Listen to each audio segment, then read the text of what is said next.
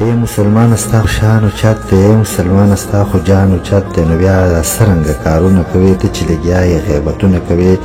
نن سبا بل شان ته رواج شروع دی، څه چې غوندې مزاج شروع دی، بس په حرام او په حلال نه دي څوک یېرېدلي، د جلال نه دي نه څوک یریږي د الله ملګرو، نه څوک یریږي د ګناه ملګرو. هر ورځ رنګ په رنګ ظلمونه کیږي، څومره بلا بلا قتلونه کیږي، نه څوک د مور او پلار پروا ساتي، نه څوک په سترګو کې حیا ساتي، د مشرانو څوک عزت نه کوي، څوک اوس مینه محبت نه کوي. چرته چې 2 نمبر روزګار کیږي هلته کې هر څه خفجار کیږي، چرته چې 2 نمبر روزګار کیږي هلته کې هر څه خفجار کیږي. دغه خلکو مخنیوی پکار دی، هم د لاسونو لاسنیوی پکار دی. زمون سرکار ته خوبونه کوه، بس په غریب باندې ظلمونه کوه، د زناګانو اړې نه بندوي، د ګناګانو اړې نه بندوي. ځکه زمون د قام بچي خراب شو، ځکه زمون د ګلالي خراب شو،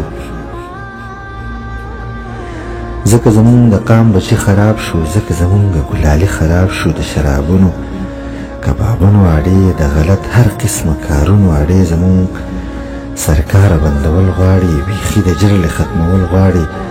ځکه چې مون مسلمانان خلق یو، په دین مین ښه په ایمان خلق یو.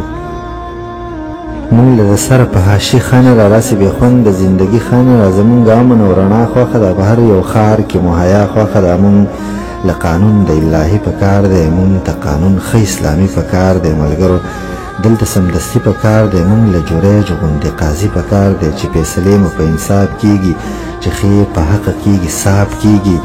مونږ له عمر غوندې باچا پکار دی، یا د علي شان شاهنشاه پکار دی چې د غریبو تپوسونه کوي، په عاجزانو سلامونه کوي، چې هر باطل ته لکه غر ولاړي، د دین دشمن ته په ډګر ولاړي،